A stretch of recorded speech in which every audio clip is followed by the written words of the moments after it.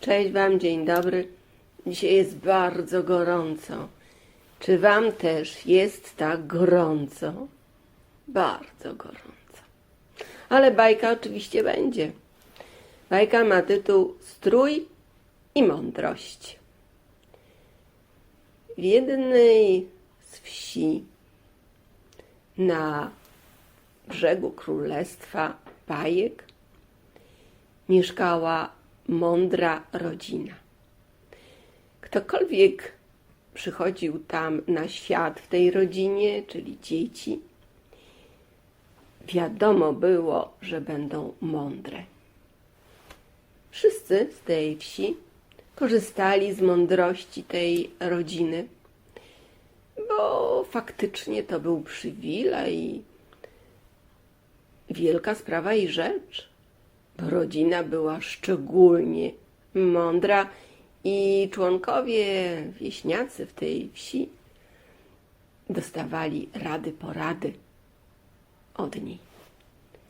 Pewnego dnia w rodzinie mądrych jedna z córek powiedziała do ojca: Ojcze, chcę wyruszyć w świat. Chcę poznać, jak wygląda świat. Wiem, że tutaj jesteśmy taką ważną rodziną. Dajemy porady wszystkim członkom w tej wsi, mieszkańcom wsi, ale ten świat mnie tak ciągnie. Bardzo, córko. Ale jak opuścisz tą wieś, to będziesz się musiała na czymś innym skupiać. Mądrość jest przypisana naszej rodzinie, ale w tej wsi, w tym miejscu, a ty chcesz wyruszyć w świat. Tato, no to może mi powiesz, na czym mam się skupiać w tym świecie? No to dobre pytanie, córko. Skupiaj się na strojach. Na strojach? No tak. Tam, gdzie wyruszysz, dla ciebie będzie najważniejsze skupianie się na strojach. Tu masz 100 talentów. Schowaj do swojej torebki. I te 100 talentów niech ci posłuży do zakupienia pięknych strojów. Tato, nie mogę ze sobą wziąć mądrości? Mówię ci, córko, tylko nasza rodzina ma tą mądrość i w tym miejscu. No dobrze, tato, ale jakoś ci nie wierzę, wiesz? No, córko, sprawdź na swojej skórze to, co mówię. A może będzie inaczej, rzekł ojciec. Wyściskał córkę. Mama jej dała tobołek na drogę. Schowała 100 talentów do torebki malutkiej i wyruszyła w świat.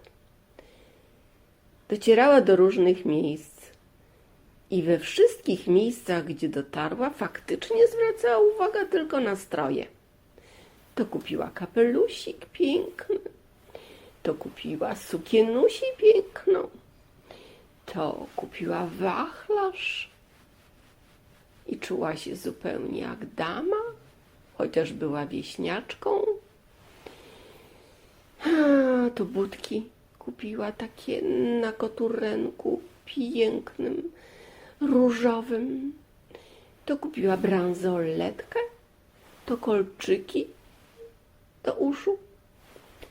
Ciągle myślała o strojach. W którymś momencie pomyślała, no dobrze, już kończą mi się te pieniądze, te 100 talentów. Muszę gdzieś znaleźć jakąś pracę, pójść do pracy, wynająć może jakieś mieszkanie, a może jakiś mały domek.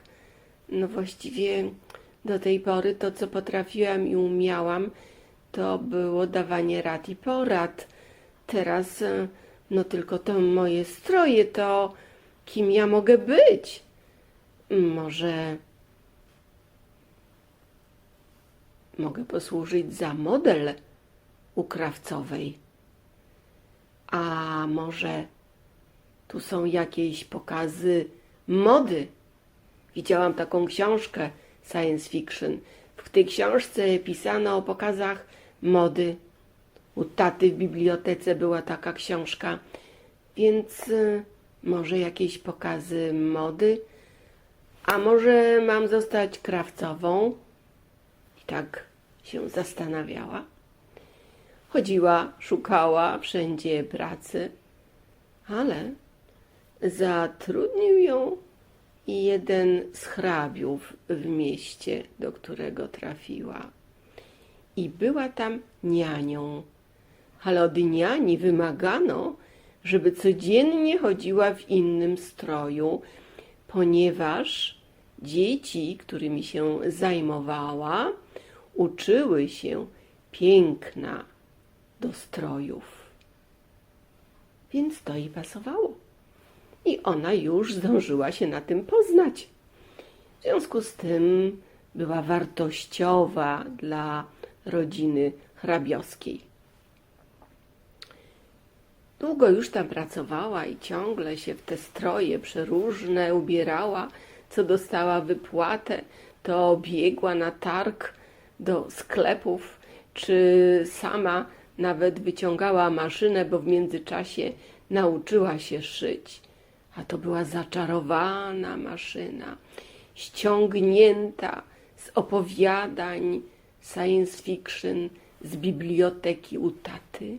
I tylko ona ją widziała i tylko ona na niej szyła. Oj, wszyscy się dziwili, jakie piękne stroje nosiła. Ale pewnego dnia, przechodząc z komnaty do komnaty w dworku, spojrzała w lustro i zaczęła z tym lustrem rozmawiać. No właściwie wszystko już o tych strojach wiem. No, stroje to stroje. Ja bym chciała jednak być mądra. Czasami mnie dzieci pytają o to czy tamto. Rada by im to powiedzieć, bo mam to gdzieś w swoim środku, ale coś mnie blokuje i brak możliwości wypowiedzi tego. Oj, tak bardzo bym chciała im odpowiadać. No, a mówię takie przyziemne odpowiedzi dotyczące takich spraw i rzeczy przyziemnych. Może jednak wrócę na wieś, powiedziała do lustra, ale po chwili już o tym zapomniała. I znowu kolejne miesiące była w tej rodzinie i jako niania dbała o dobro aż 7 dzieci. Pewnego dnia jednak przyjechał do niej ojciec. Spojrzał na stroje, obejrzał 4 szafy, w których miała mnóstwo przepięknych strojów. Wysłuchał wszystko to, jak wygląda jej praca i machnął ręką. Wiesz, stroje są ważne i znaczące, ale jednak to, co masz w głowie, jest najważniejsze. Masz to przecież tam w środku, wewnętrznie. Ludzie w naszej wsi czekają na to. Wróć do wsi. Ale dziewczyna dalej się zastanawiała, w ogóle nie była pewna, ale ojciec ją tak delikatnie pociągnął za rękę i wtedy zrozumiała, czas wrócić w rodzinne strony. I wróciła z ojcem do wsi. We wsi jakby odżyła. Wszystko, co miała w środku, wewnętrznie, zaczęło kwitnąć. To znaczy potrafiła odpowiedzieć na wszystkie pytania tym, którzy do niej przychodzili. A 3 tygodnie później, bo tyle już tam była, był ślub jej młodszej siostry. Na tym ślubie tak piękną przemowę dała, że wszyscy aż klaskali.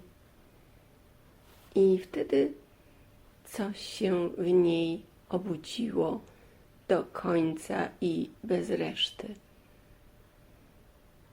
Po ślubie siostry poszła do ojca i powiedziała: ojcze, ja już tu zostanę. Tu jestem potrzebna. Tu się dobrze czuję. Ta ziemia, tu, na której stoi ten nasz dom, wibruje mądrością i dlatego my wszyscy tutaj mamy ten dar mądrości. Chcę tu mieszkać, żyć, założyć rodzinę i służyć tym, kto będzie chciał z mojej pomocy skorzystać. Stroje są ważne, piękne, ale dar, który dostaliśmy od życia, a być może nawet od Boga, jest najważniejszy. Do tego zostałam zapewne stworzona. Zostanę tu.